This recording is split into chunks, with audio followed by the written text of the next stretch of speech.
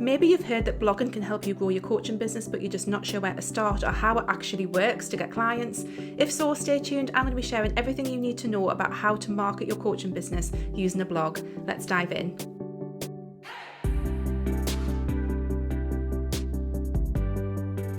Hi there, welcome to the Wholehearted Business Show. I'm Laura. I help health, life and spiritual coaches get more clients so they can generate more income and live their most aligned life. And today on the show, we're talking all about blogging and how blogging works as a marketing tool that helps you grow your coaching business. Now, I'm a massive fan of blogging. I started off as a blogger. That was really kind of my first toe dip into the whole online world back in 2010.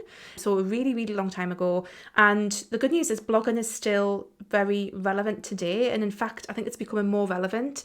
I'll talk a little bit more about that as we go on. I'll talk about, is blogging dead, and just go through some of that kind of stuff, because I think sometimes people worry that blogging just isn't relevant anymore, but I guess you know where I'm going with it, that I'm going to be saying that it's not. But we'll dig into that, and I'll share a little bit about how just the mechanics of how blogging actually works to help you market and grow your coaching business, so that you've got an idea about where to start and whether or not it's actually a method of marketing that might work for you. So how does blogging work as a marketing tool?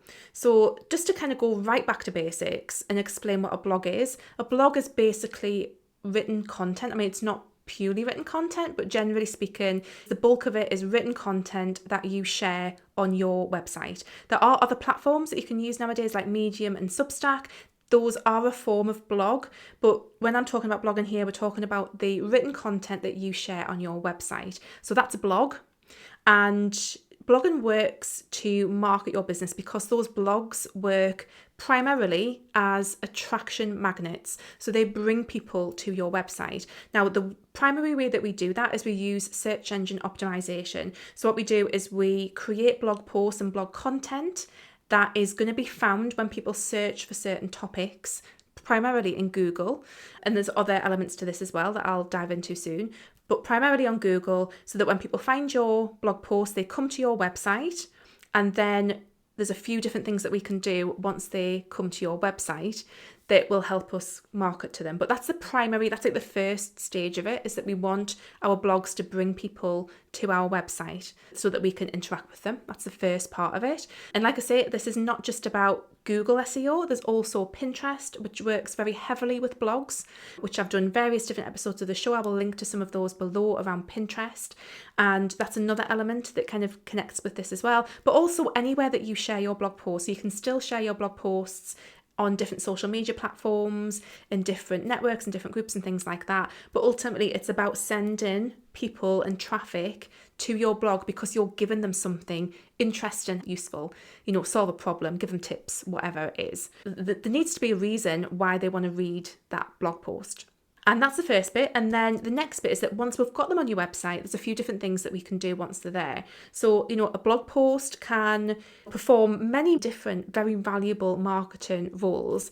First of all, it can convert people into email subscribers. So we do that by offering some kind of useful free guide. I'm going to offer one today, and I'm doing that obviously in this video, but there's also a blog version of this as well. And that converts them into email subscribers when we can then build more of a relationship.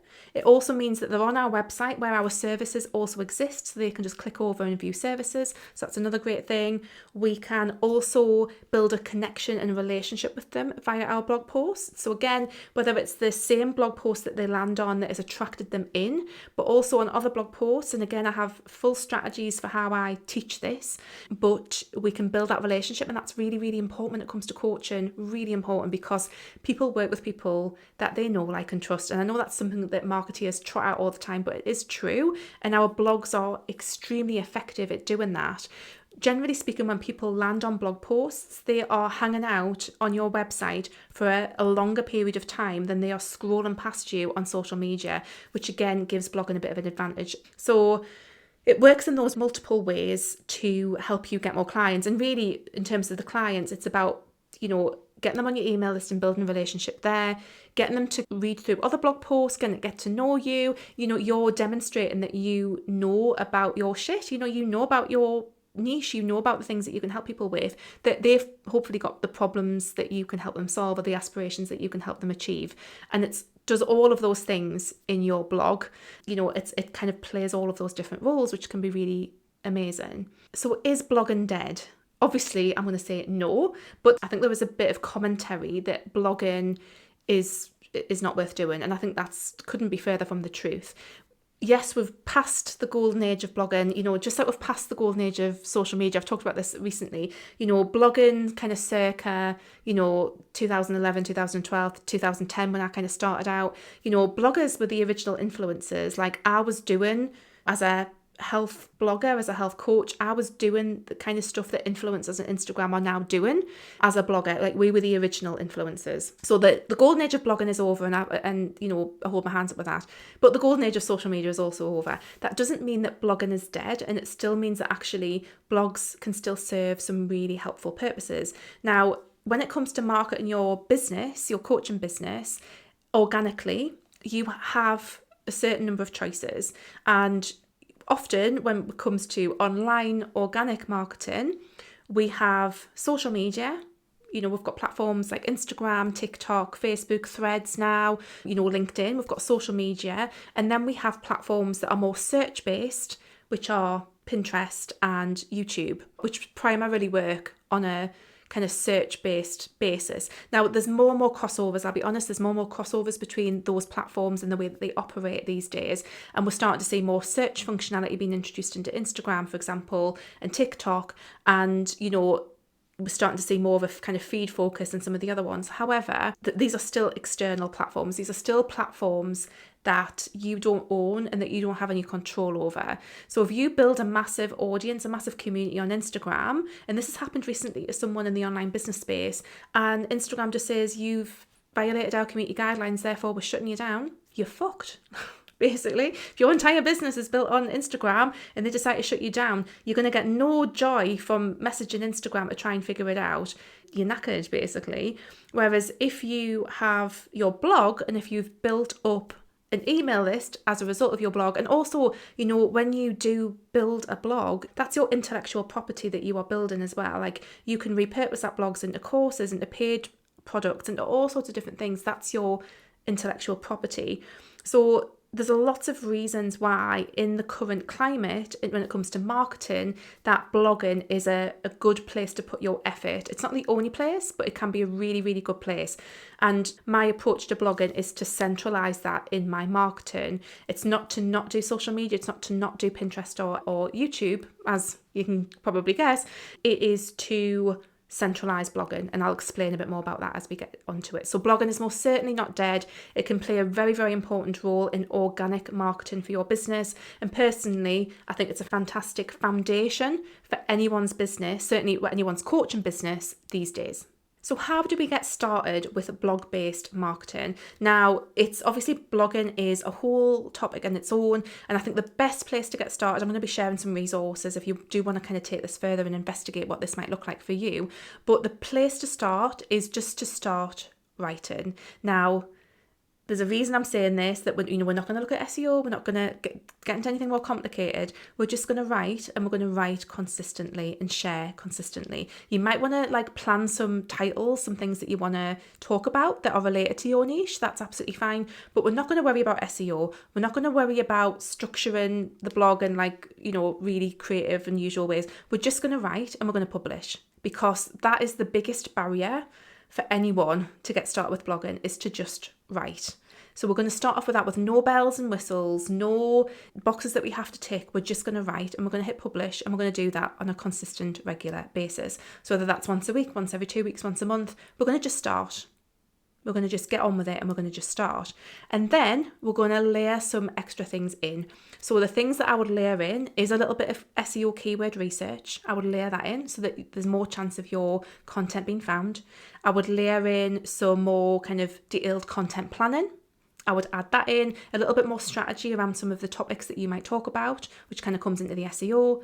Then I would layer in some extra things that will help with SEO, which are things like making sure that you've got backlinks, making sure that you are doing guest posts to build those backlinks, things like that as well. And just layering in these extra elements as you go, rather than trying to do everything at once at the start. Now, I will always say this about blogging and any of these non-social media based forms of marketing, is that they are a slow burn. I call them slow and expansive because they've got a massive amount of potential to help your business, but they do take time. And it's really important to recognize that. So if you are at the start of your coaching business, I would not necessarily recommend that you just do blogging to grow your business. It's not going to be quick enough. It's not going to get your clients quick enough, but it is something to start doing now because it gives your business longevity and sustainability over time, because your blog posts can be found months and years later and still bring you traffic to your website, new leads, aka amazing humans, into your business for years to come.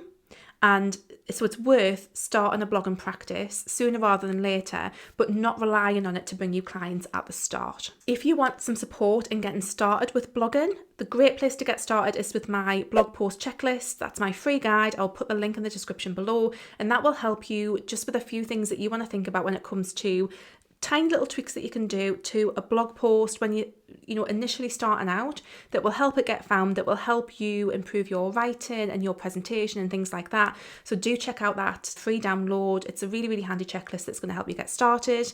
If you want to take things a step further, then do check out my Content Marketing for Coaches Club. You will get absolutely, and I can confidently say this, everything you need to get started with this form of marketing in that club. So I'll put the link for that as well. And just to say, I think there's a bit of a kind of feeling that blogging can be a bit boring and a bit robotic. If you're writing posts for SEO, it's easy to get into this robotic tone of voice and it just be a bit dry. It's all very, tips this and how to this and things like that.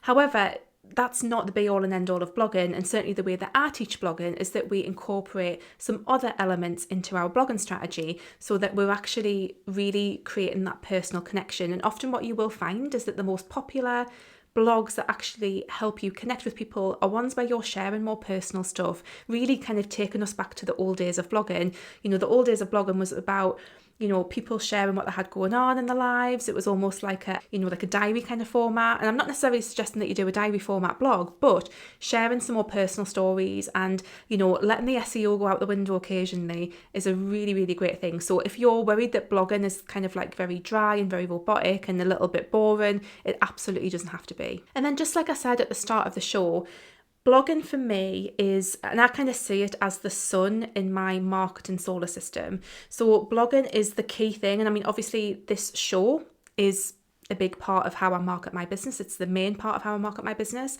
But I always see the blog element. Now, depending on where you are listening, watching this, obviously I have a version of this on YouTube. Hello, YouTube.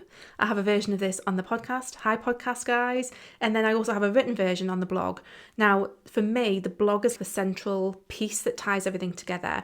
It's the foundation of everything because it exists on my website on a platform that I own. The videos on YouTube I don't have any control, to a certain degree over them. And the podcast even to a certain degree, is off on other platforms, whereas the blog is the central thing. So it's just been a bit of a strategic decision to see my blog as the central thing, and it works incredibly well. And I think it works incredibly well in other people's businesses as well, because when you put your blog in that foundational location in your business, again, you can repurpose from your blog onto social media. The way that I see it is that my blog's the main thing, very closely followed by YouTube and the podcast, and also kind of Pinterest in there as well. And I mean, again, this might sound a little bit complicated, but I am 10 years into my business. And this was a long time coming, this show. Those are kind of the central things. And then social media is just to amplify what I create elsewhere. So when I approach social media, it is really about how can I amplify what I've done on the blog? How can I amplify, the videos that I've got on YouTube and things like that? That's really what my approach is and my strategy is. And so far that's worked incredibly well for me, and I see it working really, really well for my clients and customers as well. So that's how blogging works in terms of getting you clients and helping you market your coaching business. Like I say, there's lots of different ways to get clients and market your business. But for me, the key things about blogging is it's a platform you own. So you've got a little bit more control over it than you have Instagram and, Facebook, etc. It gives you sustainability and longevity because the content that you create, so the effort that you put in to writing a blog post, that effort can bring you results over months and years. Whereas the same effort that you might put into another platform or another method of marketing might not bring you the same return over an extended period of time. So when I'm talking about results with blogging, I'm talking months and years. I'm not talking weeks or days. I'm talking much longer. But that's not necessarily a bad thing if you want to build a sustainable business. Also, one of the reasons why blogging is really, really good is because you are creating a library of content that you own that is your intellectual property. You own it. You can repurpose that and reuse it in a multitude of ways as well. So that's why blogging is awesome. That's how to use blogging to market your coaching business. And again, as I said, do check out that free blog post checklist if you want to get started with blogging, if you want to take things a step further and really get into it and really start to create a content strategy with blogging, then do check out Content Marketing for Coaches Club. You can join for $9 a month.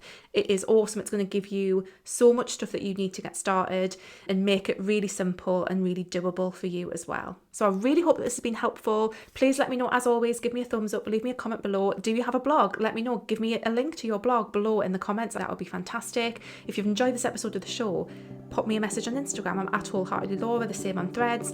And I will see you next week, guys. Take care. Bye.